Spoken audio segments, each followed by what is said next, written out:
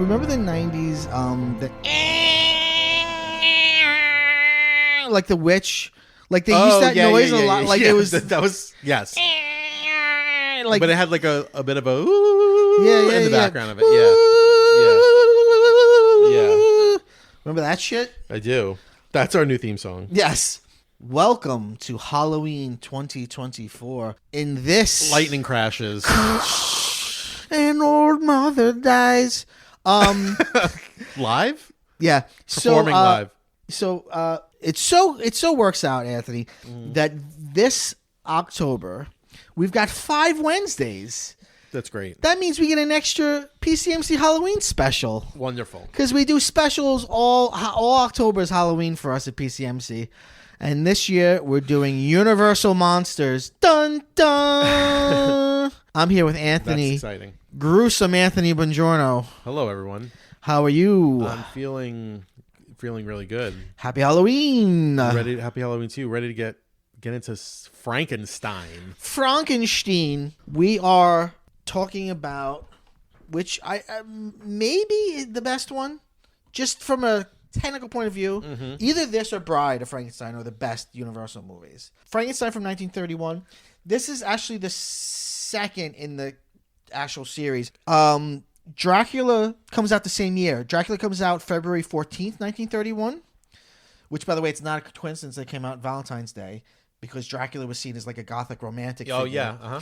And Bela Lugosi, when he played Dracula on Broadway, would get tons and tons of love letters. I thought you were going to say tons and tons of puss. I mean, that as well. I mean, that's when we say love letters, that's what we mean. And then Frankenstein is released November 21st, 1931. So It's the same year, the end of the year. Great. Frankenstein is directed by James Whale. It's written by Garrett Fort and Francis Ferragno. It's based on John Balderdash's adaptation of Mary Shelley's novel. Not based on the book, based on the play. I've been reading this book called The Monsters of Universal Studios, written by James L. Nebar. And I got some good information from that book. Bela Lugosi was originally going to play the monster, although he wanted to play the doctor, and eventually it didn't work out. The novel was in the public domain, but the movie is based on a stage adaptation by Margaret Peggy Webling, which Universal bought. In her play, the monster is referred to as Frankenstein as well as the doctor. Jack Pierce is the makeup person who created the monster makeup for Frankenstein. Boris Karloff, this is just trivia I got from the book. Boris Karloff had a dental bridge, and he took it out, which is what makes his cheeks go in and look hollow. Oh, I did it. I was wondering about the makeup. Yeah. The cinematographer was Arthur Edison, no relation to Thomas Edison. It's spelled differently. And just a bit of trivia about him. Arthur Edison was the person who came up with the idea of hiding microphones in the scene, as you saw in Singing in the Rain. One thing to understand about both Dracula and Frankenstein is it's 1931. We're just into the sound era. Yeah. 27 is the jazz singer. Dracula and Frankenstein both don't have scores, so they've got an eerie silence through most of it. That stood out to me. Yes, especially because as the film has aged, there's a sort of staticky. So were they? Yeah, you hear that. Were they filmed with live music? Or were they presented with music? No. That was just they did that for silent films, didn't they? They did do that for silent films. So they also sometimes had lecturers that would narrate it. So they wouldn't do. I've never heard. It's possible, but I've never heard of live music with sound. I'm surprised nobody's gone back and inserted a score. Well, it feels like it works so well without it. And it seems like what they're doing here is they are really trying to lean, because now we can talk, right? And dialogue means something now. They're really trying to lean into the theatrical of it. Right, because it begins with someone coming out on stage. My first note is it begins with a creepy MC. Yeah, which is kind of fun. It's like and he's lit Treehouse of Horror. Yeah, yeah. He's lit from beneath. Don't say I didn't warn you. Yeah. A horror show. Yeah, he warns you. He mentions the producer who sort of started the Universal Monsters, Carl Laemmle. Yeah, Mr. Laemmle wanted me to come out. Yeah, I like that beginning. But the beginning. Do you remember the beginning of Bride? No, I've never seen. It'd be in the wraparound for Bride is Mary Shelley, Percy Shelley, and Lord Byron sitting around talking about it, and her telling the story as she's like created it. And Elsa Lancaster, who played the Bride of Frankenstein, also plays Mary Shelley. Oh, that's fun. Yeah. So I was going to ask you what your history is with this, because I'm going to reveal something about myself. Oh, my history is, well, in terms of the monsters, I always loved Universal Monsters when I was a kid. I loved Abbott and Costello Meet Frankenstein. That's just like fun. I loved the Wolfman. He was my favorite as a kid. I still love the Wolfman, but I don't think it's the best of the films. I think hands down James Whale is the best director of these movies. He also directed The Invisible Man, which I think is, I don't know why I waited so long to see it. It's so underrated. It's so brilliant. Frankenstein, when I was in grad school, I took a class about cyborgs in literature and theory and stuff. And we had to read Frankenstein. So I read it in grad school. So I read it old. I was like already in my late 20s. You read the novel? Yes. Frankenstein, okay. And I loved it. I loved reading it. I was like, wow, like my whole life I was like, oh, I should read Frankenstein. I never did it. And someone asked me to do it, so I did it. I want to do that with I have not read Dracula yet, and I want to read Dracula. So although I've heard Dracula's not as good as Frankenstein. The book? No. Yeah. Well, my thing is, actually, maybe you didn't know this, but I've like never seen these movies. Any of them? I saw Dracula once. Okay. But I've read the book, and I've read both Frankenstein and Dracula multiple times. Really? For teaching it and for grad school, like part of my master's exam was on Dracula. I'd only seen clips of Frankenstein before today. Right. But I've read and taught the book multiple times. Well, the thing is, yeah. So here's my thing. Please. I was a little whelmed by it. Like, I didn't love it. And I had it was weird. Like, it's only weird. It's like extremely short. All of them were. They're like 70 minutes. And it ends, I like literally when it ended, I was like, that's not the end. This is the end? Like, it feels like it ended in the middle of a scene, almost. Well, it's like the weird dad comes out and he's like, oh, here's to the Frankensteins. Yeah. And then it's just over. Well, then Bride kind of tries to get more of the book. Like him learning to talk comes in the second movie. Yeah, I knew that all happened in the second movie. Still not faithful. Not at all. No. Well, I think that's the thing you have to accept is that it's in no way a faithful adaptation. And if that's going to be your marker for good or not, you're not going to get that's it. not. I know it's a different thing, so I don't care about it's that. Also, and this speaks to the length of both Dracula and Frankenstein. It's almost not a movie. It's like a special. It's like a happening. Yeah. It's an event. It's such a small little thing. It's iconic. Yeah. So iconic. And I'm familiar with it. I just hadn't sat down and watched it from beginning to end until today. And there was a lot about it that I really liked. And then there was and maybe this is just because it's almost 100 years old at this point, where I was like, I wanted there to be like more tension. Mm-hmm. It just feels like the monster comes and then like 10 minutes later he's gone. Like it's very quick. It's all very quick. Yeah. I mean, we don't even see Dr. Frankenstein go mad. No. He's bananas from second one. And I'm one. so familiar with the book that to me, like, I was like, wow, this is like starting in the middle of the book. But also the book really doesn't get into how he makes it. No. And a lot of the texture of the movie is all of that shit. Well, the book is a lot about ambition, and like he wanted to be the one to do it. So the book is told through many narratives, and in his narrative, he's like, I've discovered the thing that causes life, but I'm not going to tell you what it is. Yeah. And then he's like, he's a little bit of an unreliable narrator, and he's like, I'm not going to tell you because I don't want you to do it. Yeah. But really, I think it's like, because I want to die with the secret. So it's not explicitly electricity, and there's none of that. I found really funny, and maybe it was supposed to be kind of funny, like, oh man, I got the wrong brain. I dropped the normal brain and I had to go back for the criminal brain. That made me LOL so hard. When it's just like a jar that says criminal brain on it. Yeah. Well, that's so.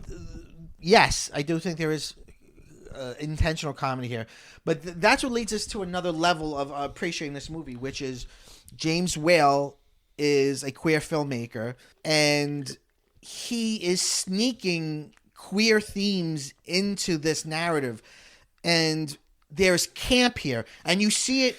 That's exactly what I was going to say. Way it feels more, campy. You see it way more in Bride because he at that point was powerful and could do whatever he wants. Bride has insane shit in it. It's like almost a comedy, and then Invisible Man as well. But here it's still there, but it's more subtle. But there's obvious camp moments in it. Yeah. The part where he drops the thing, I literally was like, this feels like Young Frankenstein. Right. Well, yeah, it happens to Young Frankenstein. Yeah. And by the way, I don't like... Yeah, go on, sorry. No, I was going to say, it also felt like it was made for $1, but go ahead. I don't... well, they actually... Were they... Well, they weren't put a lot of money into it. It felt that way. Even for the time, they were cheap. They were cheap movies. Yeah. They were like all money makers. They were standing in front of a backdrop. Yeah. They were all great money makers because they didn't spend a lot on it. I will say, I think that... and this is jumping around a little bit. I found the Bavarian streets sequence to be really cool and awesome and like visually arresting, especially when the guy's carrying his dead daughter through the streets of Bavaria. I was like, oh, that's really cool. And it almost felt like if there was a budget, they like blew their wad on that set piece. Yeah. But anyway. Interesting. Yeah. No, there's so much to say. With the brain thing, I actually don't like that because it implies that had it not been a criminal brain, it would have went well. Yeah. And it should always be damned. The whole enterprise, the whole endeavor should be doomed. It feels like a silly extra step. Yes. Like in The Shining when they say the hotel's built on an ancient Indian burial ground. Yes, and it's like, you're right. Don't need that. Right. And also it doesn't make any sense at all. Right. It shouldn't be there. Right. Because the ghosts are not indigenous ghosts. Right. Yeah, it makes no sense. Yeah. But there's so much to say. I don't know if you noticed in the beginning of the credits, two interesting things.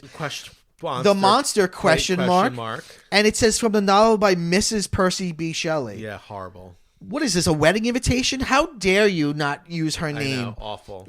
Incredible. Mrs. Percy Shelley. So both Dracula and Frankenstein are both highly influenced by German expressionist cinema. And in that type of cinema, you see the entire world through the perspective, the subjectivity of the central character. Like, for example, there's a famous one called The Man Who Laughs, which is kind of what the Joker is based on.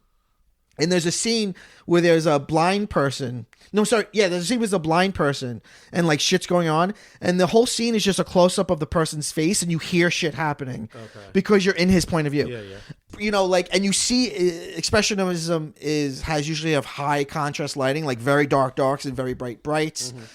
And like everything in this, it's a castle, even though they call it a watchtower. Yeah.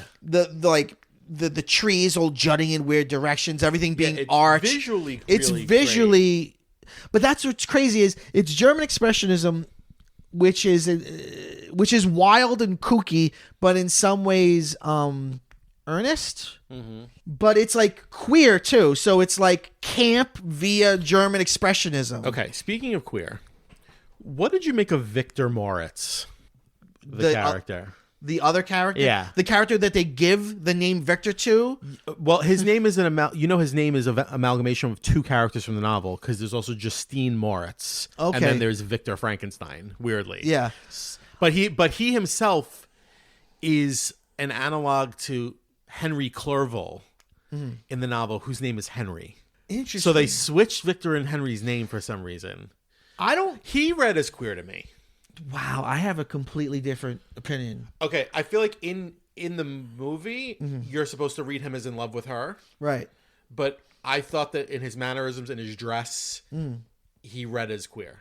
I also think Henry Clerval reads as queer in the original novel. Okay. See, I read, what's his name? I read Dr. Frankenstein, played by Colin Clive, as queer. Well, he's a little dandy. I did write down that for a mad scientist, he's very handsome and clean cut, and like his hair is well groomed. But and also, like they make a huge point of he got engaged, but then he broke off his engagement to go make this monster. there's something very queer about Frankenstein because it's like I'm making a perfect man. It's what Rocky Horror picked up on. But it's also life without A procreation. Well, yeah. Like just songs, right? Is the pleasure of sex without the possibility of reproduction. This is just like the opposite of it. without having to have yeah, sex. this is creating life without it. Like, he like at one point he says, I don't think my marriage to Elizabeth something like my marriage to Elizabeth won't ever be successful unless I get rid of this monster. Right. It's like the choice is you could be married and have a baby because the father always says here's to a son. Right. So you could either be straight and be married to Elizabeth and have sex and have heteronormative sex and have a baby, or you can do the queer thing and create life without sex. Yeah. Well, that makes sense to me because in my reading of the novel, I always have thought that there was something queer about the relationship between Victor and Henry, his friend, which is what this character is. Yeah. Victor and Henry, but their names are swapped. I think it's so weird that they swapped the names. It is very weird. And just like in the novel, I never really buy that he's very in love with Elizabeth. Do you think he's in love with Frankenstein? I think that this is like, again, where Rocky Horror grows out of. I think there's something to be said for like, he wants to create something. He wants to create a man to love because he can't love a man. Right. Interesting. In real life. Yeah. Wow. Okay. Interesting. Okay. But yeah, we both, it makes, I didn't know that about the director. It makes total sense that the director was queer. And he's very well known in like there's a great documentary on Shudder called Queer for Fear, and they talk extensively about him and his movies and who he would cast. He would cast very queer characters. Yeah. And queer actors. Yeah. And the actor who plays the doctor is like a very good looking guy. Yes. And there's something so clean cut about him too. He's like well shaved. He has like perfectly groomed hair. Yeah. Yeah. He's like square jawed and handsome. Not what you like expect. Yeah. His performance is wild. I wrote down. He's banana from jump. He's bananas. I wrote this down. Crazy am I? We'll see if I'm crazy or not. And then he leads them into a room where he's got like a dead body. He's like, I'll show you crazy. I'm about to electrocute this dead body with my little friend here. But go on. And I also wrote down that his face when he finds out about the criminal brain is like so funny because he's like, oh dear. Yeah. The criminal brain. Right. Well, that's another thing that's fascinating about all of these movies, the whole Universal Monsters oeuvre, is that it seems to be about the return of the repressed. Because it's always about society people of money and name and land ownership. Yeah, he's a baron. Right. His father's a baron. And they are proper. And it's about proper life being disrupted by something monstrous and natural. It's and like there's Dr. always Jekyll and Mr. Hyde. Right. Yeah. And there's always a tension between the magical and the rational. Right? Like you've got Dr. Frankenstein's watchtower, which is like this German expressionist castle up on a hill, and it looks ancient as hell, but then he's inside of it with all of these technical instruments. Yeah. And he's using lightning, and lightning was being experimented with at that time, but it's 100 years before before electricity is commercialized and put into people's houses. Yeah. So he's sort of like Tesla kind of at that point. Also, there's something it's always interesting to go back and watch classics and see that we were wrong about things. One is that he doesn't bring them back with lightning. He has this bullshit about he created a ray. Yeah. And he goes, you told me about violet and ultraviolet, but I found the biggest ray, the ray of life, and the electricity powers the ray. Yeah. Whatever. And the other thing is, the assistant's name is Fritz. Igor does not appear until the son of Frankenstein, and he's played by Bela Lugosi. That's the first Igor. So, But somehow Fritz Igor is like Igor, but just with a different name. But how did Igor become the stereotype of that is the assistant to Frankenstein? Yeah. And by the way, in the book, there's no assistant character like that at all. It actually would take away from the book. Is all about he goes into solitude and it's like he's working around the clock by himself to do this thing, right? And he's separated himself from the world, right? I pulled up a passage from the book because I wanted to get your I thought this was interesting. In the book, one of the major plot points is that he saves a little girl from drowning. Mm-hmm. But in the movie, he causes a little girl to drown. By accident. Yeah. I'm not going to read it, but it's interesting because he sees a little girl drowning. This is after he's been banished by Frankenstein and he's out in the world. He sees a little girl drowning. He saves her. And then when her father comes by, he shoots him because he sees how hideous he is. And that is the moment. I just wanted to read that one line. That is the moment when he decides that he hates mankind. Yeah. So he says, he gets shot. He says, but this was a luxury of sensation that could not endure. I became fatigued with excess of bodily exertion and sank on the damp grass in the sick impotence of despair. There was none among the myriads of men that existed who would pity or assist me.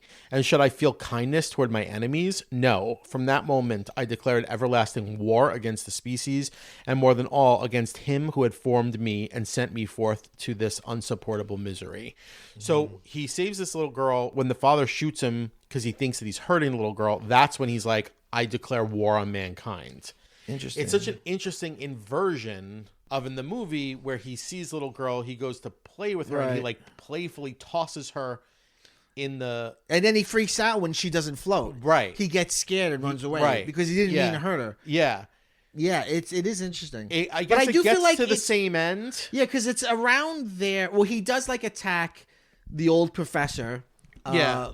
What's his name? Volder, whatever his name is. Yeah. And he does attack... He does kill Fritz. Yeah. And but I feel like he I don't know. Yeah. He never he never declares war on mankind. That whole element is not there. Right. Which is kind of where I was like, I'm wondering, like, why did he try to kill Elizabeth then? He doesn't though. He could, but he doesn't. He just breaks in. But he hurts her. She faints, I think. Okay. I was a little confused. And then it seems like he's choking Frankenstein and then passes out randomly. Why does that happen? Because they injected him with the sedative. I don't know why I missed that. Okay. All right. So he doesn't ever actually... And remind me how he kills Fritz? Is it because Fritz is hitting him?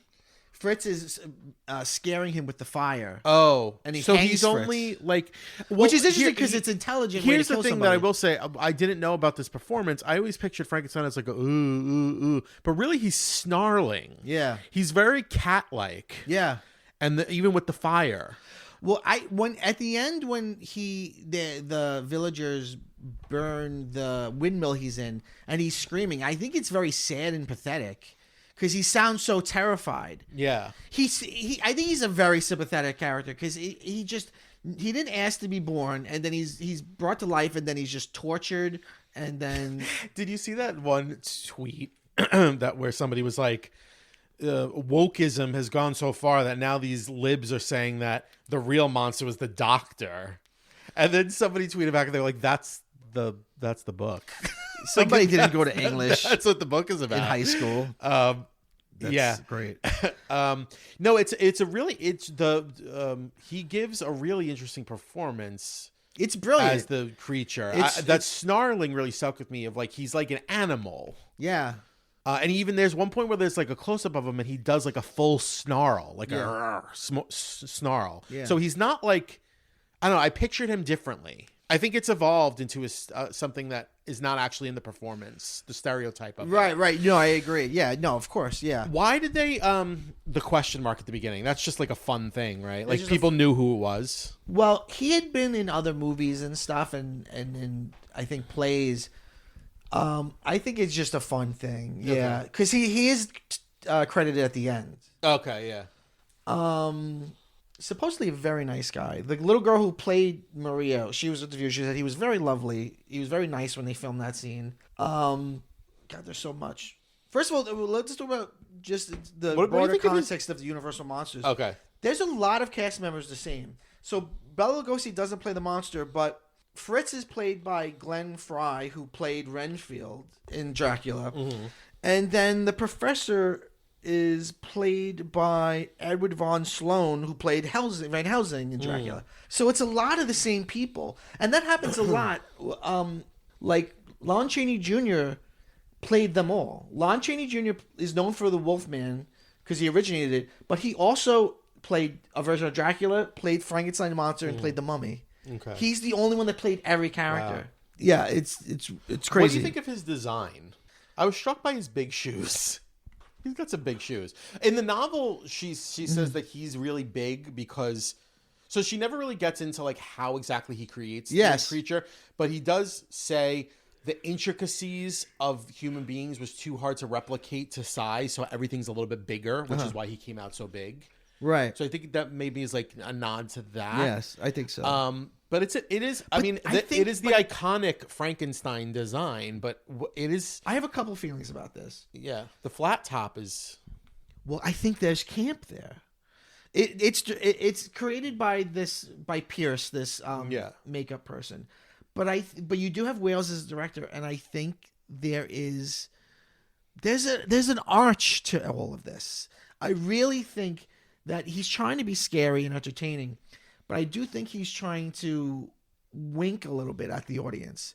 Because again, when he has the ability to go further, look at the Bride of Frankenstein's design. Mm-hmm. It's bananas. It's a complete parody. She's got the long hair with the lightning strike. Straight up, yeah. It's nuts, right? I think it's more that queerness. I wonder how he looked in the play that this is based Interesting. On. I don't know. The flat top is an interesting choice. But you know what I found myself asking, what I was asking myself was, because I always think about context and that every work of art is born of its time and reflects its time. And these movies did at one point scare people. Yeah, yeah. And I was like, and you know, when I would teach film classes, students would be like, people were dumber then. And it's like, no, that's dumb. There are no dumb questions except for that one. That kid had a dumb question. So no, but no, a lot of people have thoughts like that, which is very naive. So that's not it. So I found myself, and then here's what I got to. If I tried to imagine a world where I had never seen the monsters. I had never seen an 8-year-old in a Frankenstein costume. I had never seen a Scooby-Doo cartoon. A world where I'm just seeing this image on its own. I think that would be unnerving. I think it would be uncanny enough that you'd be like, what the fuck is this? I agree. And we've talked about Scream 1 million times. I remember the first time you see Ghostface in the original Scream. Yes. Thinking it was the creepiest shit I've ever seen. Because it wasn't in the commercials or the trailer. Yeah. And he turns around and you see this like elongated white face. Yeah. And I was like, huh, that is so scary. And now Ghostface is so... I am so glad that you said this because I had the same thought today when I saw something. Look at this that I saw. Yeah, this is being sold. It's a little plushy, but it's also instead of Ghostface. Instead of black, it's pink. It's pink, yeah. It's that pink Halloween aesthetic now, and it's cute Ghostface. And you're right. It was terrifying, and now it's wallpaper. Nothing. It's part of our culture. So I was like, if you didn't know what Frankenstein looked like, and I think there's something arch about the way he comes in backwards, which makes no sense, and then he turns. And then there's like you jump cut into his face. His expression is a little different than it was a second ago. And then jump cuts again closer. And you're like brought super close to him. I could see it being unnerving to an audience at that time. I mean, we were just you talked about Longlegs recently, and like the first time you see Longlegs' face, it's like, oh, yeah. But then even by the end of the movie, you're like, okay, he's like a weird guy with a weird face. Here we are like a month or two later, and it's a meme already. Like, you see long leg shit online all the time, and it's like, I'm already desensitized to it. Yeah, I think being desensitized is the right word to use. You know, there's an uncanniness to the monster in this. Yeah. It's a lot of interesting choices, right? Because the where and when does it take place? All right, so it takes Bavaria. Even though everyone has a crazy transatlantic accent. Now, how did you know it was Bavaria? Because Wikipedia said it? Because that's how I found out. No, because I knew that it had to be like near Germany. Because they say Herr Frankenstein, and because of the dancing and the costumes. And the like, that whole sequence is very like German. But that's Bavarian. not in the book, right? They're in the book. They're in Europe in the book, but they're all over. Yeah, they're in Switzerland, Italy, Germany, Austria. Yeah. He goes everywhere. But also, what time period does this movie take place? That was my question, because when I was watching, I was like, okay, this is contemporary.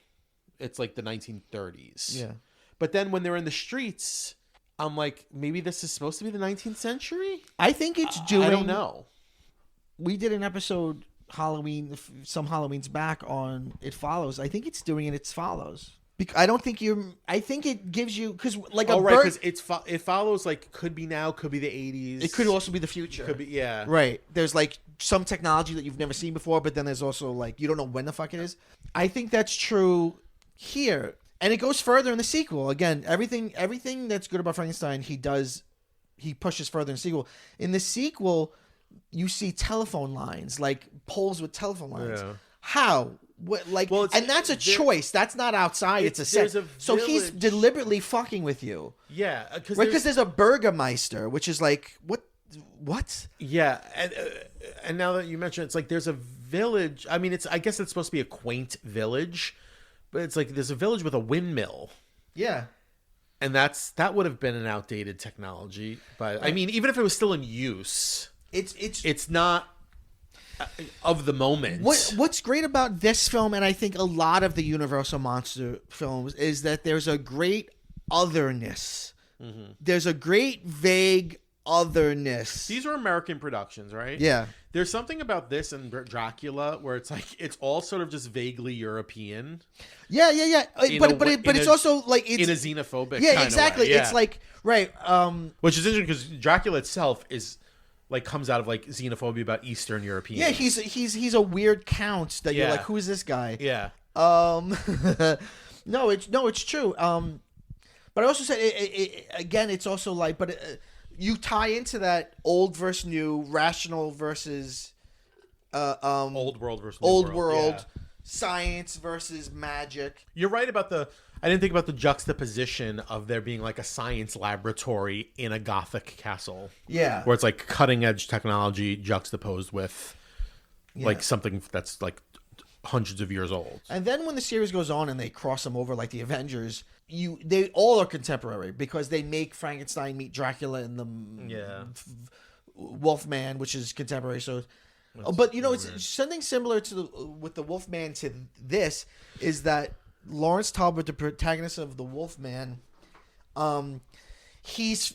rich from a rich family. He lives in a tiny town where a lot of the economy is based on people working in his family's house, and they're like peasants.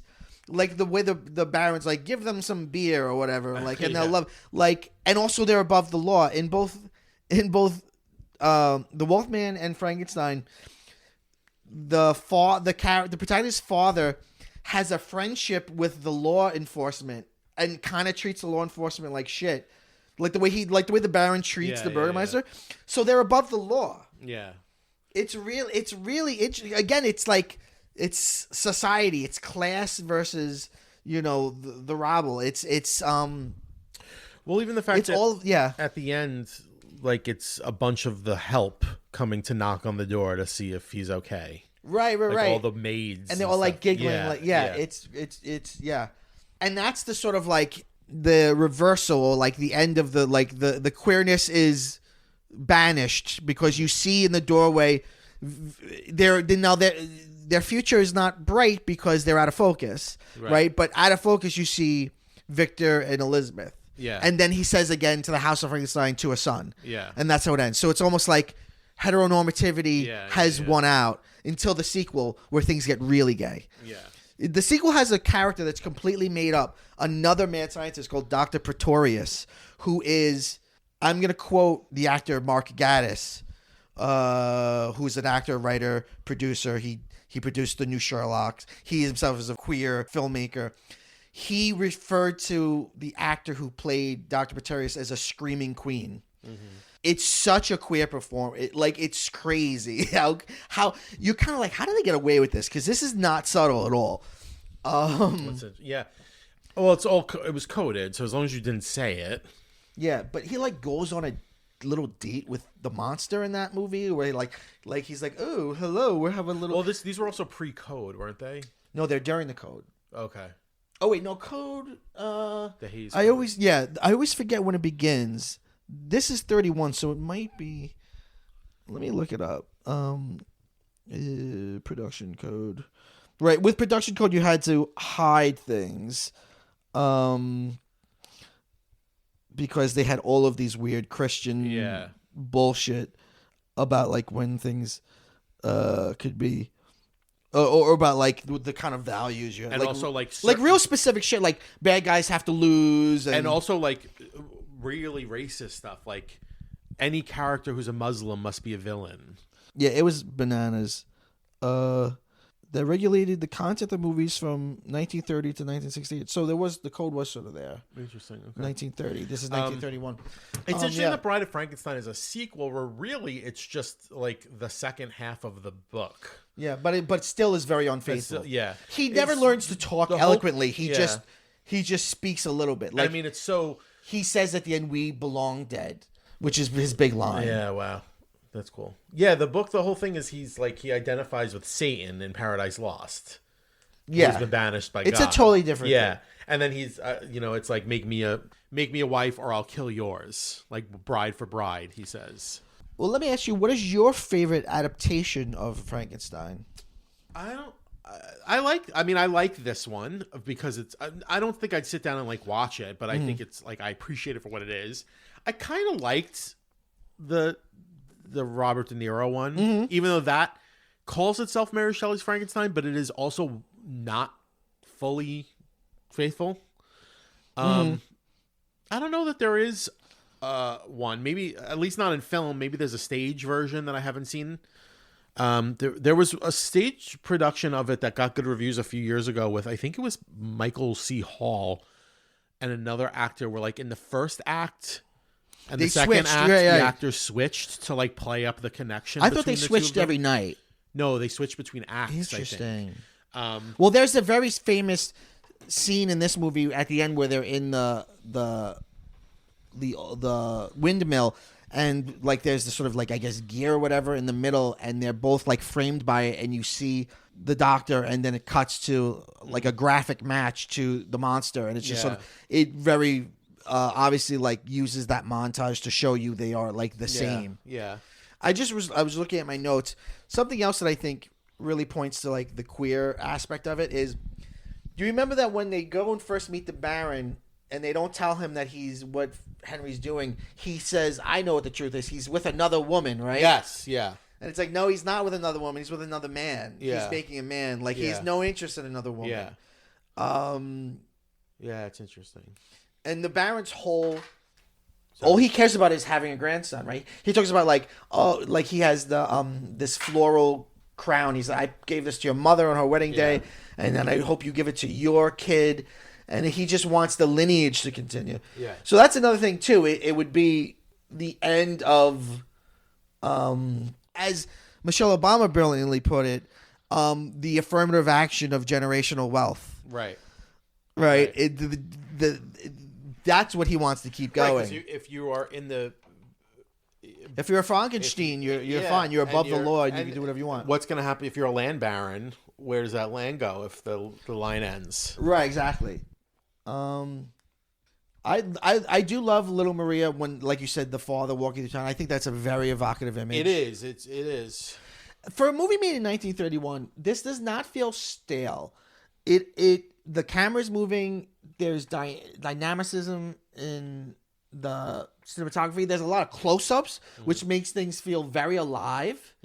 There's a lot of naturalism in the performances. Like, I was surprised how natural Elizabeth felt, especially compare it to like some of the other Universal movies as it goes on into like the 40s. It depends. I feel like Frankenstein was very much doing like a stage actor performance. Yes, but I think some of the other people had a more natural. Well, I do think I think he's very, very big. Yeah. But the use of close-ups, I think, it really the whole thing feels alive, which I think is always amazing about like really well-made older films, because you couldn't compare it to other things. Even Dracula, like Dracula's great for what it is, but it's not as good as this, and the performances are not as good. And I think you have to, and it's not the same actor, so I think you have to give credit to James Whale. And also, you should. I'm going to cover it with Nadia. His Invisible Man is basically a comedy. It's very, very campy, super campy, and Claude Rains plays the Invisible Man, as they say in Rocky Horror Picture Show. Yeah. Oh, here's the line from Henry. There can be no wedding while this horrible creature of mine is still around. It's like it gets in between heteronormativity. Yeah. I guess I loved every set. Every set is interesting. The professor's office that's filled with skulls. Yeah. It's the German expressionism, like, or like the basement like dungeon in the tower where like the hallway behind it like looks like crooked. Everything's crooked. Yeah. I think Tim Burton gets a lot aesthetically for sure. from this kind of stuff. Did This you ever would be see my Ed Wood? Yes. Yeah, for sure. Yeah. This would be my favorite adaptation, even though I know it's not faithful. I don't need things to be faithful. I don't mean to say that. I just, I don't know. I would love. I think what I would love to see is for once a faithful adaptation of the novel on film, because I think it's just such a good book, and it would make a good movie if. It's crazy that it can't happen, right? Because also a bunch of times people have been like, "This one's faithful," and then they're lying. Like the Robert De Niro one, like he doesn't really talk. Right. It's the most faithful, and then the whole third act is totally made. And different. there's an English miniseries with James Mason, which they also was like, this is the real story of Frankenstein, and it's also not. Yeah. I guess I just want to see that movie be made. This movie probably ruins the chances of that because you can't get away from how iconic all of this stuff is. Did you ever see I've never seen it, so I'm just asking. That movie with Julia Roberts where she plays like his maid or something? Oh, no, that's Dr. Jekyll. Oh, you're right. I have read the book Elizabeth Frankenstein. Is that what it's called? Where it's the story of Frankenstein through her point of view. I've never read that. What is it called? Is it Lisa Frankenstein? No, that was great. There's also all that, right? There's Rocky Horror and like there's so many. Even like you could extend it to things like The Fly or Jurassic Park. Like the ideas of like recreating life. Elizabeth Frankenstein. And of course, Young Frankenstein. Which is great. And then we haven't talked about the monsters yet. Okay, The Dark Descent of Elizabeth Frankenstein by Kirsten White. Was it good? Yes, I liked it a lot. I gotta check that out. I wish I could remember more about it because it's not just from her point of view. It's like it makes Victor look like kind of an idiot and she's really smart. Yeah. It's a little bit of like the Wicked book, but it's not cutesy. It's really interesting. It's sort of like she's not trying to play catch up like she is in the real book. Like she's more involved in shit. Okay. Definitely worth watching or reading. What did you guys say? Oh, The Monsters. Yeah. Because the Monsters is really all of them, right? But the mother and father are like styled after the creature and the bride of the creature. Yeah. Well, we would call him the monster, right? In Universal talk, when we say the creature, we mean the creature from the Black Lagoon. Oh, the monster. You've embarrassed yourself. Sorry. That one, where we are... In the book, he calls him the demon. Okay. Well, he calls him the creature, and then he starts calling him the demon. Interesting. In the movie, he refers to him as it. Mm-hmm. Interestingly. Yeah. It's interesting because it begins with him already like mad, and then he has the struggle with them, and he faints, and they bring him back home, and he's sort of like fine then, and he's like, oh, I want to get married, and they treat it almost like a mania. Mm-hmm. Well, in the book, even the minute he sees him, he's horrified by him, and then he immediately like banishes him. I love in the book that when he sees him, he runs away in horror and then goes to bed. So he's like, I'm going to will myself to nap because I'm so upset. Well, I mean, what else? And then the creature, like wakes him up, like pulls the bed curtains back and wakes him up. Yeah. And then he freaks out. There's a really cool like hand illustration. Yeah. Of that in one of the versions. I think it would be worth your while to watch The Bride of Frankenstein. I feel like I would really like it, especially I know it's super campy. I know it's like it's such a queer thing. And it has him with the hermit, the blind hermit, which is like some of the best stuff in the book. He never learns, he's never like eloquent, you know, but he does speak. Yeah. Even like going back to the idea of like the rational versus the traditional or whatever, like that first scene where they're grave robbing, which is what a mood. I mean, like the start. It's so fun. Yeah. I laughed at that too, though. Where it's just like you see this really sad funeral, and then you just see these two goofballs like spying, waiting for them to walk away. And then so there's like they dig up a body, then they go to the gallows and take down a fresh body. Yeah. But then he's like, oh, I can't use his brain because the neck was snapped. It's like, what parts are you using? It's all very unclear. Yeah, yeah. Agreed. But I think that's fun. It's campy and it's naughty and it's distasteful. You know what I mean? Like, I mean, beginning with a funeral and then, like you said, you see them and then you see like. I love showing the labor behind death too. Like when the family goes away, you just see like this fat grave digger, like he smoking a cig and like burying him, and then throwing the match, and then they come and dig it up because that's the part that nobody wants to see.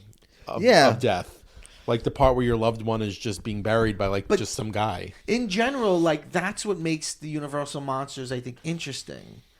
There's a movie that people don't talk about is. The Wolfman is actually not the first Universal monster werewolf movie. They tried a different series that didn't go, and it's called Werewolf of London. It's before Wolfman, and in that there's a scene in it that made me think like this is like the perfect way to sum up Universal monsters.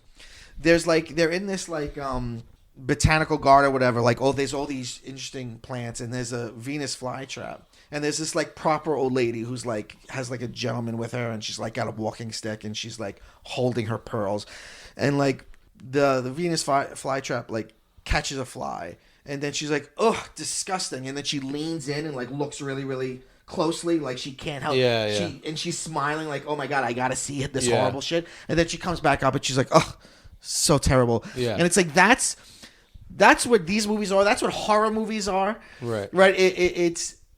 You like to be freaked out a little bit. You like to get a little bit of the thing that you ignore all the time. The pleasure of looking at death and horror, and even though you might, in good company, say like, "Oh, I that's distasteful." I don't want to see that, but you do want to see There's a curiosity there. Yeah, that's human. Yeah, this was the first cinematic universe. It's crazy. Which we always think of Marvel as like a very successful cinematic universe. But there's other ones. People don't realize that David Lynch has a cinematic universe. Twin Peaks, Lost Highway, and Wild at Heart, I believe, are all in the same universe. That all follow the same rules of there's good and bad spirits and good spirits and stuff like that. This series does go on and like the Avengers, like the first one that crosses over is Frankenstein versus the Wolfman, and which weirdly has Bela Lugosi as the Frankenstein monster.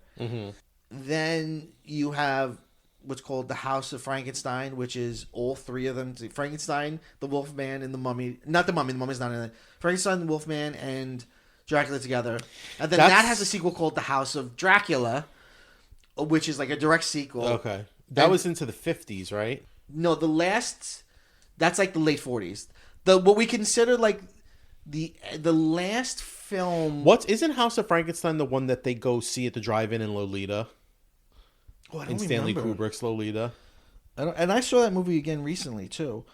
I don't remember what we can. How do I put it? The youngest monster is the Creature of Black Lagoon, and the first Creature movie is 1954, and then there's a few sequels to that. I forget what year it is, but the Creature Walks Among Us is considered the last of this series. But I'm doing an episode of Creature of Black Lagoon, Okay. with Janine, and we're gonna find what we find with that. But just my sense of it now is I don't like that movie. It's not. I don't think it's very good, and I also really don't like The Mummy. I think The Mummy's a very bad movie. It's got some interesting things. Like boring. In it. Well, it's the exact same plot as Dracula. Okay. It's boring. It's badly directed. I really, and I know some people love it. To me, it's like it's really objectively the worst of all of these. Is there a relationship at all between the original Mummy and then the 90s Brendan Fraser Mummy movies? Yes, they're basically the same story. Oh, they are? Okay. Yeah, and those were directed by Stephen Sommers. That doesn't remind me of Frankenstein. No, it's not. Well, you know, like it's like an action adventure. Like the Mummy in that is like fighting with whatever. Imagine instead of like him like actively fighting and a hero like Brendan Fraser fighting him, he's like Dracula. He's like walking around being suave and seducing people. Okay. That kind of thing. And then there's the Tom Cruise Mummy. Which was them trying to restart a cinematic universe. Was that with the Elizabeth Moss Invisible Man? No, that one is all on its own. That's interesting because I think that's just a total departure, isn't it? But yeah, that's nothing like the original Invisible Man. But I think it's fucking brilliant. It is a good movie. It's a really good movie. They've tried so many times. Like the first time they tried to redo the Universal Monster series was with this movie Dracula Untold, but that was a big failure. So then they're like in like 2000. Yeah. Right? So then they were like, no, that wasn't what we were doing. And then they did The Mummy, and they were like, no, this is us really trying. And that has like Russell Crowe in it as Dr. Jekyll. Like it does the Marvel thing of like throwing basically the character that the Brendan Fraser plays. And that didn't go.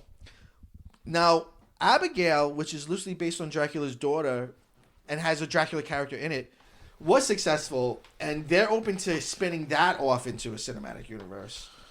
But they're also open to doing Abigail versus Megan, which I want more than anything in the I was world. just going to say it sounds like it's more... Well, they're both so campy. They are, but it sounds like it's probably going to be more fun to talk about than actually watch. Well, if you fucking have the balls to really do it, it could be. But just two little girls doing weird dances and killing people... That's fun. It's bananas. Speaking of queer movies, Dracula's Daughter is sort of like a Nightmare on Elm Street 2 of the Universal Monsters series. It was considered not a good one, but then people were like, wow, this is really queer-coded. And now it's like a classic in that regard. Oh, okay. It's Dracula's daughter, and in it, though, she does not like being a vampire, and she wishes she wasn't a vampire.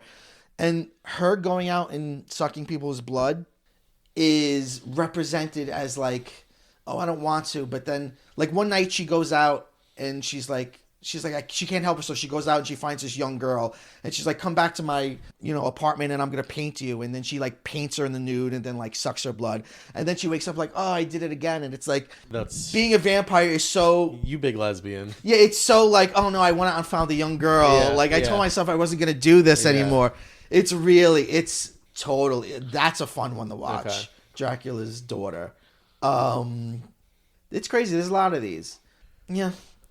Do you have, I guess the last thing I'll ask you is, do you have any connection to like, when I was a kid, I was really into like, there was the Burger King toys and then like, there's always like they would hang out with Elvira.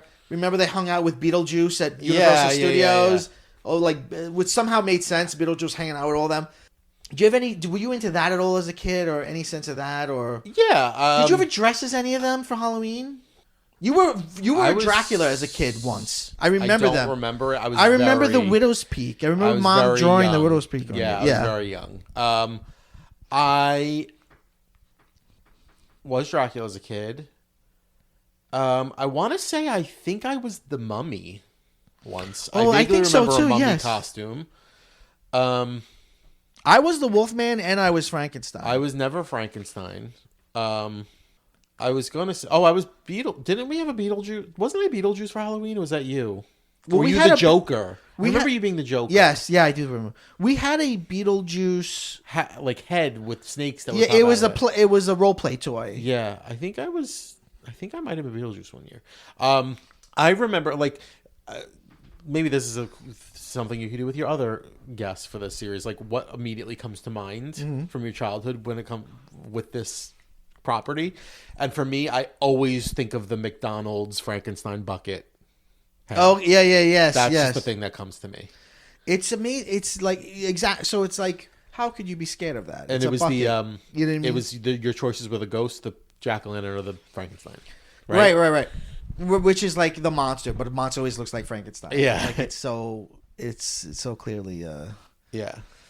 I love it. I love that stuff. I was a spooky kid, and it's cool that there are other levels in which you could watch this stuff and enjoy it. But there's part of me that just likes that it's monsters. Yeah. I mean, obviously, like as an adult, you could go dress up at a party. But do you remember the last thing you dressed up as a kid, like as in that era of your life, like the last time you dressed up for trick or treating? The last, it might have been the Tin Man. I was in like 5th grade. I was like way too old to be the Tin Man. I remember like once I got to middle school, everything just kind of gets half-assed. I vaguely remember dressing up as Captain Kirk for something. Huh, weird. But it wasn't a store-bought costume. I just had the badge and I wore like one of Dad's turtleneck gold things. So I guess, probably the Tin Man. And then I got back into dressing up like in college when it was like fun. Right. Yeah. My What last about you? would be Obi-Wan Kenobi as a kid. But I was like in 6th That was grade or the same something. year I was Tin Man. Probably, yeah. There's a picture of us together. Yeah. It's also like kind of lonely that I was and sad that I was Tin Man with no other. There was no Scarecrow, no Dorothy, or no Lion. You didn't, but no, it's cool. You live out loud. My Yeah, friend. it was. I feel like you teamed up. Weren't a bunch of you Star Wars people? I think our cousin Brendan was Luke. Yeah, I remember there being a few of you. Yeah. Halloween isn't I was just trying give you to- the I warm bet- and fuzzies. I want to remember now, like what I was for every year, but I don't think I could do that. I remember the first thing I ever was, and when I say remember, I mean I have this vague sense of it. Was a little devil. Oh, I remember the picture. Yeah. You're making a funny face in the Yeah, picture. and I got like a little pitchfork. Or whatever. Yeah, it was cute. It's cute for a little child to do. I have no memory of it, but I have a memory of a picture of me as Dracula. Yeah. And Mom and Dad drew the Widow's Peak on. But it's so my interesting. head. It shows the ubiquity of it because as a child, like what did you know? I didn't of Dracula? ask to be Dracula. Yeah. But like you also know what Dracula is, Yeah. even though you like Dracula. He Yeah. says, "I want to suck your blood" or whatever. Yeah. All right. This has been PCMC. This is Halloween 2024. We'll be back next week with some more Universal Monsters stuff. Anthony, thank you so much for being here. Thank you for having me. We end every episode by saying, Go bye-bye.